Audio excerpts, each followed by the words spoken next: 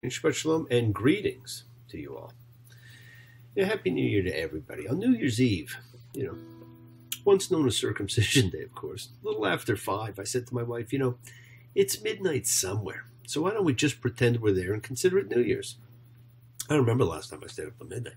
So somewhere between Jerusalem and Rome, we celebrated the New Year. People sang Auld Lang Syne, said goodbye to the old and toasted the new. It's what everybody did the world over. Last week, we also all said goodbye to Hanukkah, a celebration that illustrates Jewish life, existence, struggle, a celebration that brightens and drives away darkness everywhere the menorah is lit. And it's lit all over the world, my friends. It's a story that recalls the unlikely victory of the physically weak over the strong, but the physically weak were spiritually strong, and the spiritually strong will always prevail. The more than 2,000 years of lighting the menorah for Hanukkah is a testament to the triumph of freedom over oppression, spirit over matter, and light over dark. And we are in that battle again. Now, at the start of a new year, let's put an end to these horrible anti-Semitic attacks. There's been enough kowtowing to intolerance. This cannot be the new norm. We must all fight to stop it and bring decency and civility back to life. It's not the way to begin a year, nor was it the way to end one. So let's all hope and pray that things change. Worried man with a worried mind. No one in front of me, nothing behind. There's a woman on my lap, and she's drinking champagne. Got white skin, got assassin's eyes. I'm looking up into the sapphire skies. I'm well dressed, waiting on the last train. Standing on the gallows with my head in the noose. Any minute now, I'm expecting all hell to break loose. Oh, people are crazy. Times are strange. I'm locked in tight. I'm out of range. I used to care, but things have changed. Friends, we have to care. We have to make them change again. Now, we need to come together in peace and harmony because we are all connected, all of us, all with a collective consciousness of spirit. We're all a giant community, a chavura fellowship, expressing our nature of kindness, compassion, thoughts, feelings, hopes, dreams, and wishes that unites us all in this community house of spirit, Beth Ruach. So let's call everybody we know, invite everybody, physically, psychically, emotionally, spiritually, to gather and share. From Psalm 133, the He-Main and Tov, come together because we all have to come together, my friends. He-Main Tov. Shevet Achim Gam Yachad. He-Main Tov. Shevet Achim Gam Yachad. How good, how pleasant it is for brothers and sisters together. Community. Community. Community. Together. Let's all spread love, goodwill, and fellowship to the world. Because, friends, we are a community. And remember, this is you setting aside just a little bit of sacred time in your sacred space to honor and converse with whoever, whatever you happen to believe in. It's a part of your kavanah, your intention that you put out to the universe. It is you spreading your goodwill. And as light continues to grow in our lives, let's send that light out to help heal those in need of the blessings of God. So let's send healing out to whoever you know that needs it. It floats through space, finding those in need. So send it out. For those you know and for the souls and spirits of everybody you love, think of whoever that needs healing and renewal and love or just plain goodwill. Focus on them. Call their names. It's not just for people, my friends. It's for our pets. It's for the earth. It is the healing of the world, the tikkun olam. It's part of our spiritual genetic makeup. Let's send thoughts and energy for health, renewal for those in our hearts and our minds, for Alex and Cassie, for Eli, for Diane, and David, and Tally, and Bob, and for Melissa. Friends, it is the kindness, healing, wishes, goodwill, and love we all send out. It just circles the world finding those in need. So thank you, each of you, for all you do, for all you care, because the world is a world of spirit. And spirit, my friends, never dies. Me, Shabbat, Avoteinu, renew. Makor ha-bracha, limotenu. May the source of strength bless the ones before us. Help us find the courage. Make our lives a blessing. The renewal of body. The renewal of spirit. Let us sing. Amen. Misha Barak, let us all of our spirits renewed the world over, my friends. This is the great prayer for healing, in which we call upon God to heal as He's healed before. Misha Barak, may He who blessed, because all healing is a blessing. So let's send and receive healing and renewal energy in our efforts to love, to share, to care, to grow together as a community.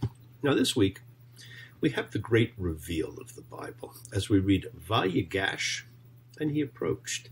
Joseph's brothers were at home waiting for their father to send them with Benjamin back to Egypt. And only when they're all but out of food again does he send them. They return to Egypt, to Joseph.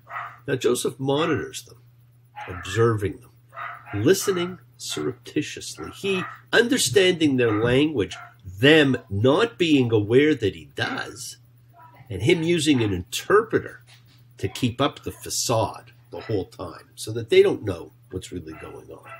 Oh yes, I'm the great pretender. Pretending that I'm doing well. My need is such, I pretend too much. I'm lonely, but no one can tell. Oh yes, I'm the great pretender. Adrift in a world of my own. I played the game, but to my real shame, you left me to dream all alone. Now the great dream master has been abandoned by his family for 20 years. He's been sitting in the wings, watching them, watching their actions, their reactions, listening to what they say, seeing their feelings, hearing their honesty. I look from the wings at the play you are staging, while my guitar gently weeps. As I'm sitting here, doing nothing but aging, still my guitar gently weeps. I don't know why nobody told you how to unfold your love. He's been watching in the wings, seeing what they're up to. These are the brothers who sold him. These are the brothers who ignored his cries for help all those years ago. Genesis 45:1. And Joseph could no longer hold himself in check before all who stood attendance upon him, and he cried, "Clear out everyone around me." And no man stood with him when Joseph made himself known to his brothers, and he wept aloud. And the Egyptians heard, and the house of Pharaoh heard. And Joseph said to his brothers, Ani Yosef, I am Joseph. Boom.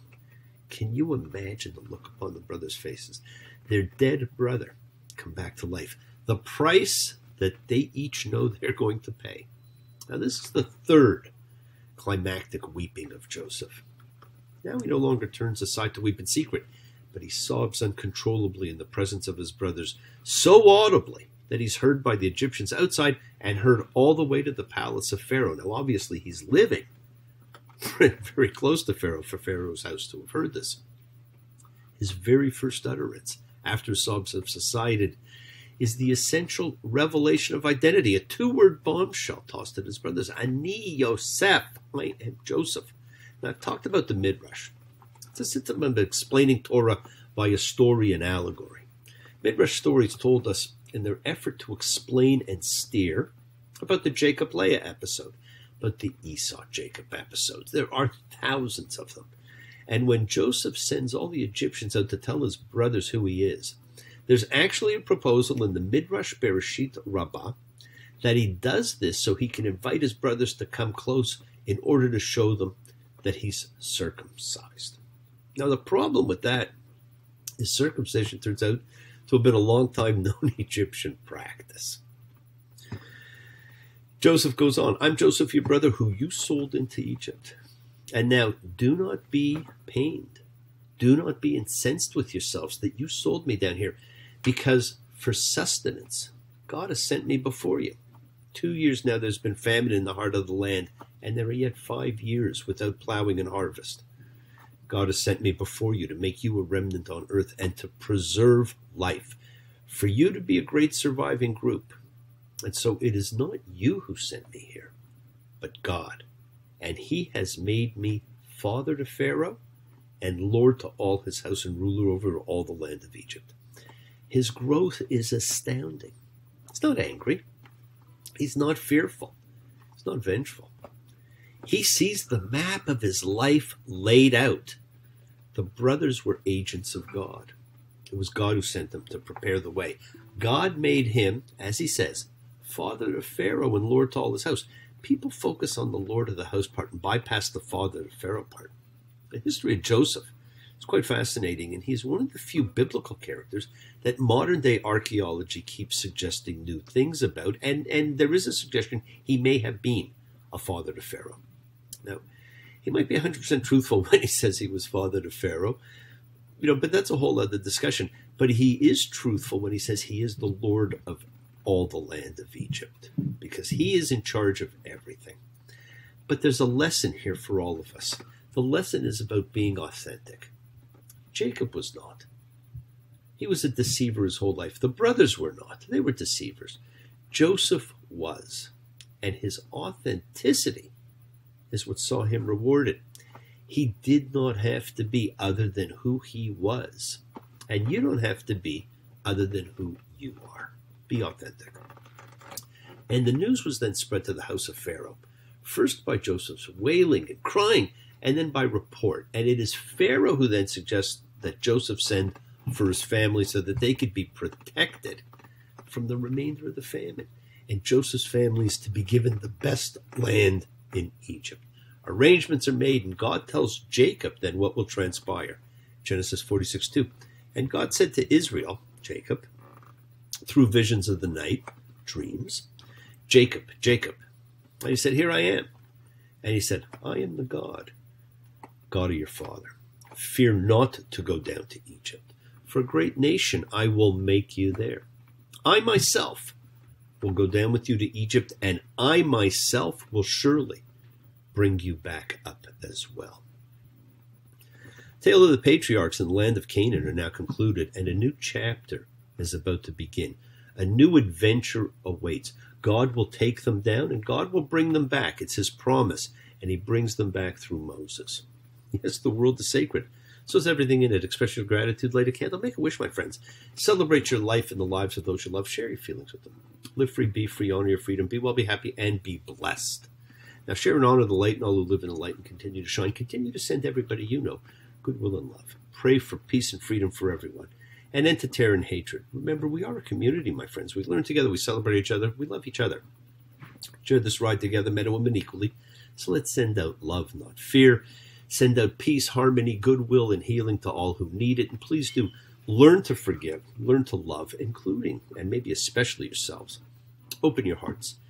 Honor the relationships of your life. Tell those you love that you love them, and take advantage of the time you have. Enjoy your journey, my friend.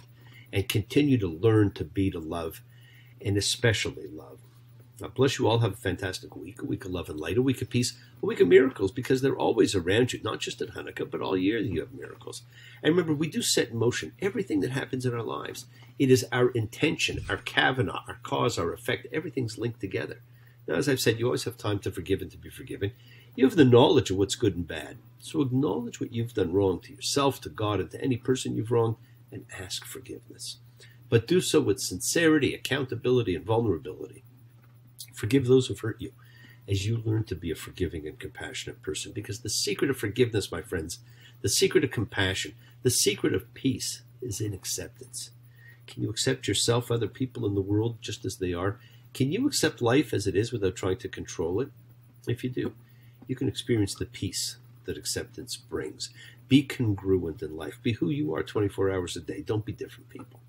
So keep on dreaming, my friends. Keep on being, keep sharing, keep shining, keep teaching. Keep spreading joy and goodwill. Do not follow fear. Follow love. It's always in front of you.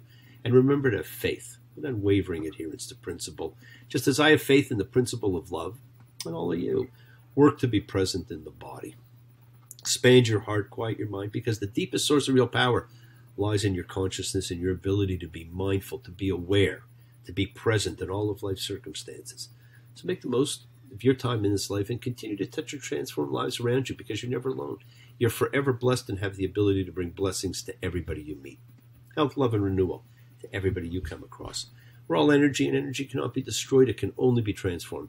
Your words are your power to transform, to love, to bless. So be generous, bless others, bless yourself. Love with the heart, because we're all part of the greater whole. Embrace love, not fear, forgiveness, not anger, and be there for someone, because someone will always be there for you, whether you know it or not. Continue to explore faith and belief and what it means to you, and never accept shame as a natural state. Whatever you feel, it's your feelings. Others have felt those too. Whatever you've experienced, others have too. We share together. We learn together. We help each other because we are, each of us, trying to find love and acceptance and support in this world. We all have or could have that special someone in our lives, so find them. Tell them what they mean, and remember, you're never alone on your journey to your promised land. Watch your words, because they hurt you, they heal you, they imprison you, and they free you. Keep forgiving those you need to forgive. Keep asking forgiveness from those you need to ask forgiveness of. But be authentic to yourself, to your world, to your spirit. Feel your feelings and be honest about them. Sometimes we know. Sometimes we don't. Sometimes we give. Sometimes we won't. Sometimes we're strong. Sometimes we're wrong. Sometimes we cry.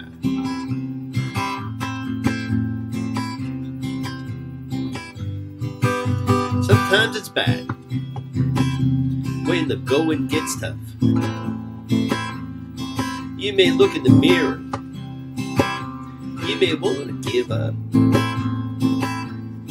Sometimes you don't even think you try. But sometimes we cry. Sometimes we cry. Now thank you all for joining me. Feel your feelings. Accept who you are. Accept the people around you. I look forward to seeing you all next time. Shabbat Shalom and blessings to you all. Take care.